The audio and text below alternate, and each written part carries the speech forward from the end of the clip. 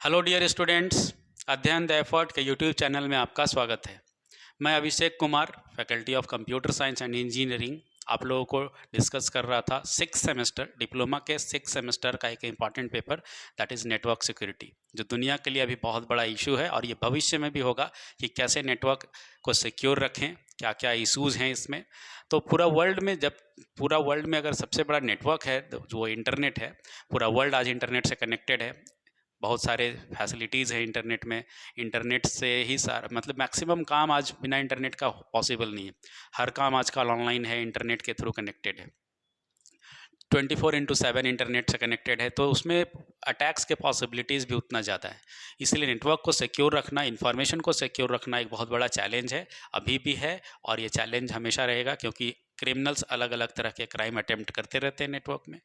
तो हम लोग को जो सब्जेक्ट में डिस्कशन करना है कि कौन सा अटैक, किस तरह का अटैक मतलब नेटवर्क में पॉसिबल है, कौन कौन से अटैक्स हो सकते हैं और उस अटैक से बचना कैसे है ना, क्या क्या उसका सॉल्यूशन है। तो हम लोग लास्ट वीडियो में देखे थे कि हमारा जो कम्युनिकेशन है, पहले हम लोग को जानना होगा कि इंटरनेट का स्ट्रक्चर कैसा है, काम कैसे करता है, कम्युनिकेशन कैसे परफॉर्म होता है और अटैक के चांसेस कहाँ पर होंगे। तो हम लोग पहले एक मॉडल को डिस्कस करेंगे जिस पे इंटरनेट काम करती है, आर्किटेक्चर जो है इंटरनेट का कैसा है।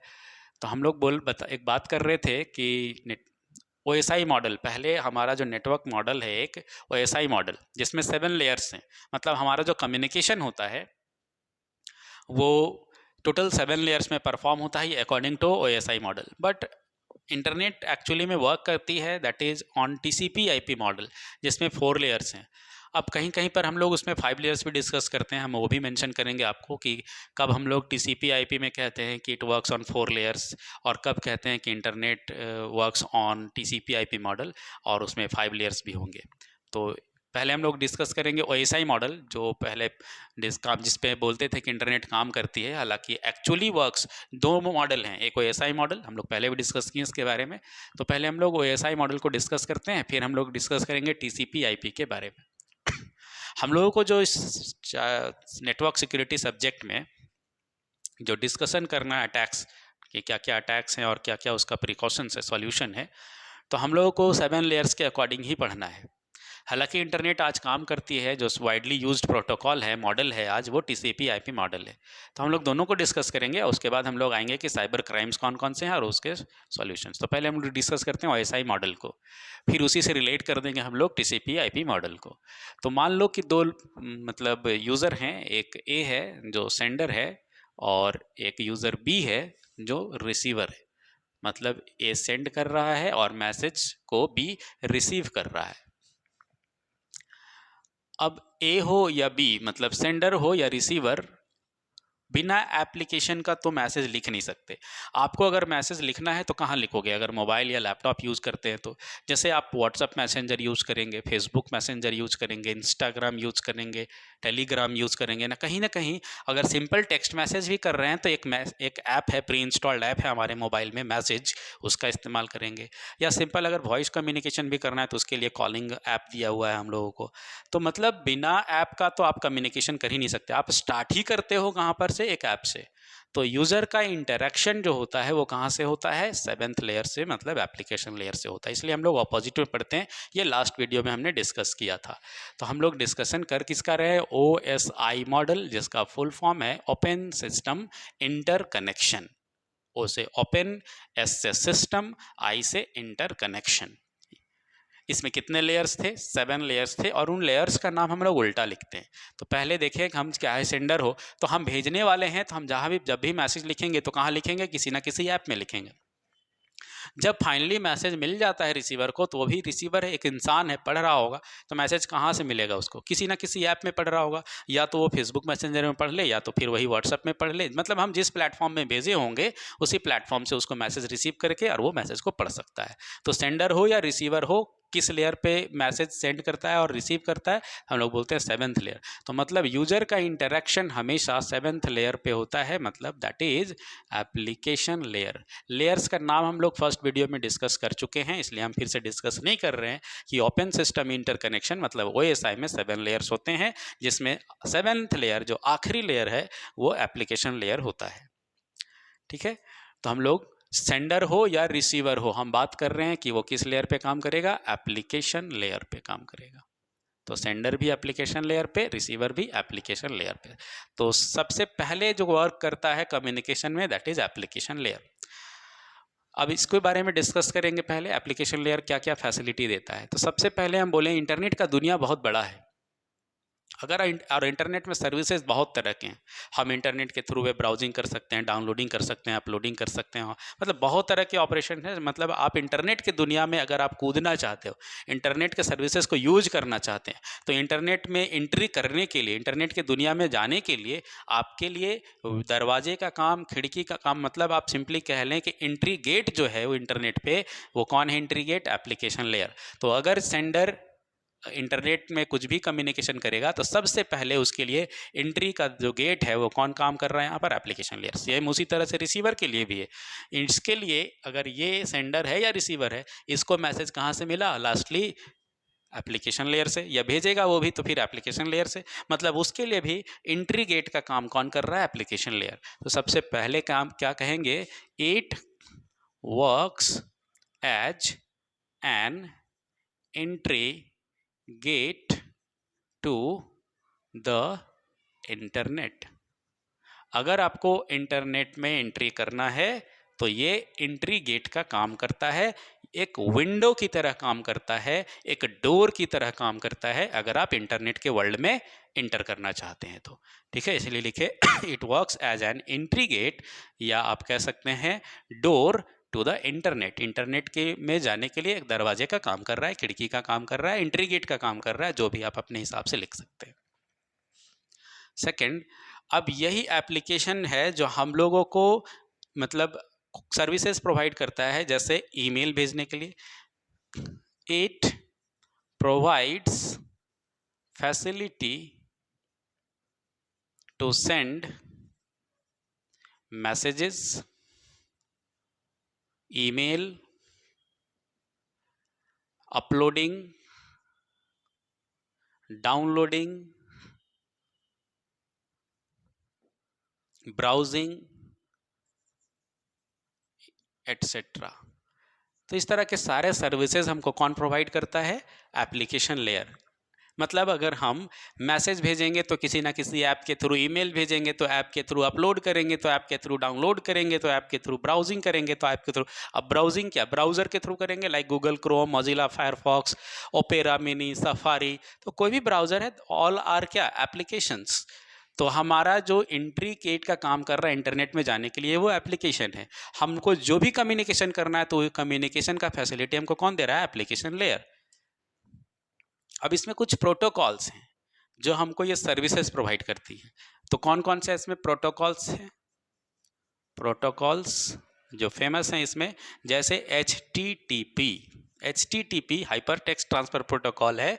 ये हमको सर्विस देता है, कोई भी दुनिया का कोई भी वेबसाइट ओपन कर लो, उसके पहले HTTP लिखा होता है, हाइपर टेक्स्ट ट्रांसफर प्रोटोकॉल। आजकल ये HTTPS के नाम से लिखा होता है, S फॉर सिक्योर्ड होता है यहाँ पर, hyper text transfer protocol secured. तो एक ये प्रोटोकॉल है। FTP file transfer protocol, SMTP simple mail transfer protocol. ये file transfer protocol, simple mail transfer, mail मतलब ईमेल भेजने के लिए। POP पोस्ट ऑफिस प्रोटोकॉल, ये ईमेल रिसीव करने के लिए। SMTP किस लिए था, simple mail transfer protocol, mail भेजने के लिए। POP क्या है, post office protocol, email receive करने के लिए। और इसका भी आजकल POP का कौन सा वर्जन यूज हो रहा है, POP 3, post office protocol version 3। फिर है एक IMAP internet message access protocol, और इसका वर्जन 4 इस्तेमाल कर रहे हैं हम लोग, ये भी इंटरनेट रिसीव करने के लिए। बट दोनों में कुछ अंतर है, इसको हम लोग बाद में जब प्रोटोकॉल डिस्कस करेंगे तो बताएंगे कि POP से भी हम ईमेल रिसीव कर सकते हैं, IMAP से भी हम ईमेल रिसीव कर सकते हैं। और POP का वर्जन 3 अभी चल रहा है पूरे वर्ल्ड में, और IMAP का वर्जन 4 चल रहा है। तो क्या अंतर है दोनों में, हालांकि दोनों का इस्तेमाल हम ईमेल रिसीव करने के लिए करते हैं, बट फ़र्क क्या है। तो इस तरह के बहुत सारे ऐसे प्रोटोकॉल्स हैं जिनका इस्तेमाल हम लोग एप्लीकेशन लेयर, ये सारे एप्लीकेशन लेयर के प्रोटोकॉल्स, ऐसे बहुत सारे प्रोटोकॉल है, बट हम लोग यहाँ मेनली 4-5 को डिस्कस किए हैं अभी। तो HTTPS जो है सिक्योर्ड ब्राउजिंग के लिए इस्तेमाल कर रहे हैं। File transfer protocol sending receiving के लिए हो गया। SMTP मेल ट्रांसफ़र के लिए प्रोटोकॉल है, पीओपी रिसीव के लिए और आईएमपी भी रिसीव करने के लिए। तो ये सारे प्रोटोकॉल्स हैं एप्लीकेशन लेयर में काम करते हैं। हम जो भी मैसेज लिखे होंगे वो कहाँ लिखे होंगे? एप्लीकेशन लेयर में लिखे होंगे। इसलिए और हमारे लिए इंटरनेट के सर्विसेज हमको कौन प्रोवाइड करता है? एप्लीकेशन लेयर प्रोवाइड करता है। इसके बाद हम जो मैसेज लिखे होंगे, सपोज अब ये सेंडर है और रिसीवर तक हमको भेजना है, तो सपोज हम एक मैसेज लिख दिए गुड मॉर्निंग सिंपल हम व्हाट्सएप में, फेसबुक में कहीं भी लिख के भेजना चाहते हैं, तो हम क्या मैसेज टाइप किए? Good morning. तो ये जो गुड मॉर्निंग है सेंडर लिखा होगा, कहाँ लिखा होगा? किसी एप्लीकेशन में, चाहे वो ईमेल के लिए लिखा हो, चाहे वो मैसेज के लिए लिखा हो, कहीं भी लिखा हो भेजने के लिए। तो जब ये जाएगा रिसीवर तक, तो हम अभी तो 7th लेयर में लिखे हैं, अभी इसको 7 लेयर से होकर गुजरना पड़ेगा, 7 डिपार्टमेंट्स हैं, और तब जा कर के ये मैसेज उधर ट्रांसफ़र होगा। तो ये जो लिखे हैं हम कहाँ लिखे? एप्लीकेशन लेयर में लिखे। अब सबसे पहली बात कि हम जो गुड मॉर्निंग लिखे हैं कंप्यूटर को, एप्लीकेशन लेयर में हमने लिखा, ये तो कंप्यूटर को समझ ही नहीं आया, क्योंकि कंप्यूटर क्या समझता है? सिर्फ 0 और 1 समझता है, जिसको हम बाइनरी नंबर कहते हैं। तो हम जो गुड लिखे होंगे, कंप्यूटर को तो जी समझ ही नहीं आया, ओ समझ ही नहीं आया, डी समझ ही नहीं आया। कंप्यूटर तो जी का बाइनरी कोड, ओ का बाइनरी कोड, डी का बाइनरी कोड, मतलब सब कुछ बाइनरी कोड में होना था। तो हम तो गुड मॉर्निंग लिख दिए व्हाट्सएप में, और व्हाट्सएप या मोबाइल ही नहीं समझ रहा है कि क्या लिखा है, तो वो भेजेगा क्या? जब उसको खुद समझ में नहीं आ रहा है कि गुड मॉर्निंग लिखा है, तो उसको गुड मॉर्निंग भेजेगा कैसे?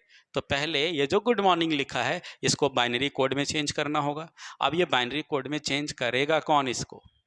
तो हम जब लिख रहे होंगे GOOD एनीथिंग, जो भी हम टाइप कर रहे हैं, इसमें कोई भी सिंबल टाइप कर रहे हो आप मोबाइल में, कंप्यूटर, लैपटॉप, डेस्कटॉप, कहीं पर भी, तो एक्चुअली हम लोगों के लिए वो GOOD है अभी अल्फ़ाबेट जो भी है, लेकिन कंप्यूटर या मोबाइल उसको किस में समझ रहा होगा?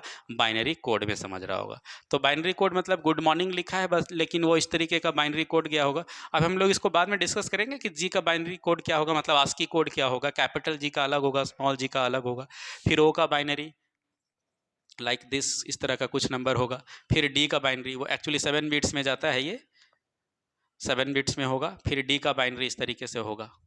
ठीक है, जैसे हम लोग जानते हैं कि कैपिटल ए लिखे होंगे तो 65 होगा, कैपिटल बी का 66 होगा, और इस तरीके से कैपिटल जेड तक लिखेंगे तो कितना हो जाएगा? 90। अगर हम स्मॉल ए लिखेंगे तो 97 होगा, स्मॉल बी लिखेंगे तो 98 होगा, और इस तरीके से स्मॉल जेड तक जाएंगे तो 122 होगा। अगर हम 0 लिखते हैं नंबर, तो 0 का कोड 48 होगा, 1 लिखेंगे तो 49 होगा, इस तरीके से 9 तक जाएंगे तो 57 होगा। तो इसको हम लोग डिस्कस करेंगे। ये आस्की की वैल्यू है जो अमेरिकन स्टैंडर्ड कोड, आस्की का फुल फॉर्म क्या है? American standard code for information interchange. ये 7 बिट का कोड होता है। तो हम अगर कैपिटल ए लिखते हैं तो कंप्यूटर 65 समझता है, और उसका 65 का बाइनरी जाएगा। तो कैसे जाएगा? मान लो ए लिखे होते तो ए का बाइनरी कैसे जाएगा? 10000001। ठीक है, ये 1 2 4 8 16 32 एंड 64। तो इस तरीके से ये 65 का बाइनरी होगा, ये कैपिटल ए है। अगर हम स्मॉल ए लिखे होते तो 11000001, मतलब 64 32 96 एंड 197। तो ये कैपिटल ए है, ये स्मॉल ए है। तो इस तरीके से लिखा जाता है, लेकिन ये हम लोगों को समझने का ज़रूरत नहीं है। हम जान रहे हैं कि हम लिख देंगे, कंप्यूटर खुद समझ जाएगा। लेकिन हम मैसेज लिखे हैं गुड मॉर्निंग, लेकिन कंप्यूटर उसको 01 में समझा होगा। ये हम लोग बात कर रहे हैं अब एप्लीकेशन लेयर का। अब एप्लीकेशन लेयर हमसे मैसेज रिसीव किया, हम जो लिखे वो एप्लीकेशन लेयर। अब एप्लीकेशन लेयर क्या करेगा? इसको 6ठा लेयर को भेज देगा, क्योंकि अभी तक तो ये 7th लेयर के पास था। अब 7th लेयर से ये ट्रांसफ़र होकर किसके पास चला जाएगा? 6th layer. 6th लेयर का नाम क्या है? Presentation layer. तो प्रेजेंटेशन लेयर के पास पहुंचेगा। अब ये प्रेजेंटेशन लेयर का क्या रिस्पॉन्सिबिलिटी है? इसके बाद फिर वो किसको भेज देगा? ये तो हमसे मैसेज ले लिया एप्लीकेशन लेयर, और ये अब जितना भी इसका काम था, इसका काम पूरा हो गया। अब बोलेगा कि मेरा काम खत्म, आगे का काम आप करिए, और ये किसको भेज देगा? प्रेजेंटेशन लेयर को। फिर प्रेजेंटेशन लेयर अपना काम करेगा, और वो फिर ट्रांसफ़र करके अगले लेयर को दे देगा कि मेरा काम खत्म हो गया, अब आगे का काम आप करेंगे, और वो किसको दे देगा? सेशन लेयर को। तो हम लोग नेक्स्ट वीडियो में देखेंगे कि प्रेजेंटेशन लेयर का क्या रिस्पॉन्सिबिलिटी है, एप्लीकेशन लेयर से मैसेज रिसीव करने के बाद ये प्रेजेंटेशन लेयर उसको मैसेज का क्या करता होगा। फिर वो किसमें चेंज करने के बाद सेशन लेयर को क्या करने के लिए देगा, तो इसको हम लोग नेक्स्ट वीडियो में डिस्कस करेंगे। प्रेजेंटेशन लेयर का रिस्पॉन्सिबिलिटी क्या है। एप्लीकेशन लेयर का तो रिस्पॉन्सिबिलिटी समझ में आ गया कि हम जो भी मैसेज लिखेंगे, जो भी हम अपलोडिंग करेंगे, डाउनलोडिंग करेंगे, एनीथिंग ब्राउजिंग करेंगे, वो एप्लीकेशन लेयर में करते हैं। एप्लीकेशन लेयर के कुछ प्रोटोकॉल्स भी डिस्कस किए हैं। ये सब हम लोगों को आगे पढ़ना है प्रोटोकॉल्स, इसलिए हम बहुत ज़्यादा डिटेल में इसमें नहीं आ रहे हैं, क्योंकि अभी हमको मेन पर्पज़ क्या है, हम लोगों को लेयर्स जानने हैं कि कौन कौन से लेयर का रिस्पॉन्सिबिलिटी क्या है बस। तो एप्लीकेशन लेयर में हम जान रहे हैं कि हमको इंटरनेट का जितना सर्विस मिलता है वो सब एप्लीकेशन लेयर से मिलता है। अब हम लोग नेक्स्ट वीडियो में डिस्कस करेंगे प्रेजेंटेशन लेयर का रिस्पॉन्सिबिलिटी। ठीक है, एक ज़रूरी इन्फॉर्मेशन दे दें आप लोगों को। अध्ययन में 22 मार्च से, मतलब होली के ठीक बाद, नया बैच स्टार्ट हो रहा है सेमेस्टर 4 और सेमेस्टर 6 के सारे ब्रांचेस के लिए। तो अगर आप एडमिशन कराना चाहते हैं तो 22 मार्च से नया बैच में एडमिशन ले सकते हैं। हर सब्जेक्ट के लिए, हर ब्रांचेस के लिए क्लासेस स्टार्ट हो रहे हैं 22 मार्च से। ठीक है, और सब लोगों को मेरी ओर से और अध्ययन की ओर से होली की हार्दिक शुभकामनाएं। Happy Holi to all of you. बाकी नेक्स्ट वीडियो में मिलते हैं आगे के डिस्कशन के लिए। ठीक है, थैंक यू।